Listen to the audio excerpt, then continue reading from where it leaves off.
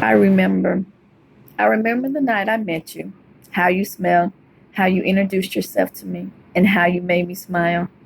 I remember the first time you touched me, held me, kissed me, and made love to me. I remember the first time you told me you loved me, how you got on one knee and proposed to me, then how you made me cry on my wedding night.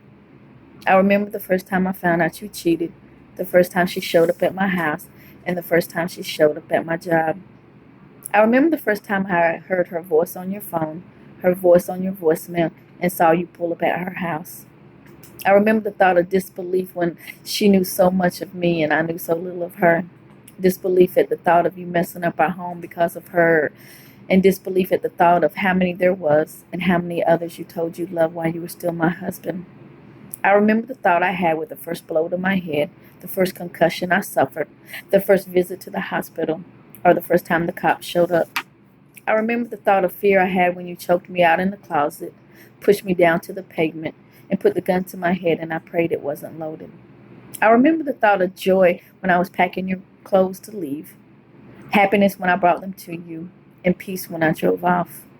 I remember the thought of sadness when I realized what I had tried so hard to fix was beyond repair. Sadness when I realized you were just a seasonal person and taught me a very valuable lesson that could never be my lifetime. Sadness but freedom when I signed the papers and knew you were no longer going to be my husband. But most important, you were no longer going to be my abuser. I remember.